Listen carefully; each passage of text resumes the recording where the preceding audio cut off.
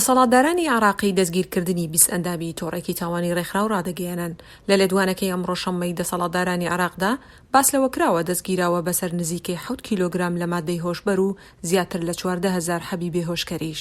نووسینگەی هەواڵگیری لەشکری عراق لە بەغداد لە کۆنفرانسە ڕۆژنامەوانیەکەیدا هەواڵی دەستگیرکردن و دەست بە سەراگرتنی مادە بێهۆشکەرەکان و هەروەها ژمارەیەک چەک و بۆمبیشی ڕاگەیاند. هەروەها بە پێڕاگەیەندراوێک کە لەلایەن دەسەڵاتدارانەوە بڵاو کراوەتەوە دەست بەسەر 5 ئۆتۆمبیل و 4 ماتۆرسکێلدا گیراوە. وتەبێژی هێزە چەکدارەکانی عراق ڕایگەیاند 20 گومان لێکراوەکە پێشتر فەرمانی دەستگیرکردنیان بۆ دەرچووە لەسەر بنچینەی تاوانی مادە هۆشبەرەکان. هەر لە لێدوانەکەدا هاتووە ئەوانە پەیوەندیان بە تۆڕەکانی تاوانی نێودەوڵەتیەوە هەیە و لەناو ئەو تۆڕەدا کار دەکەن.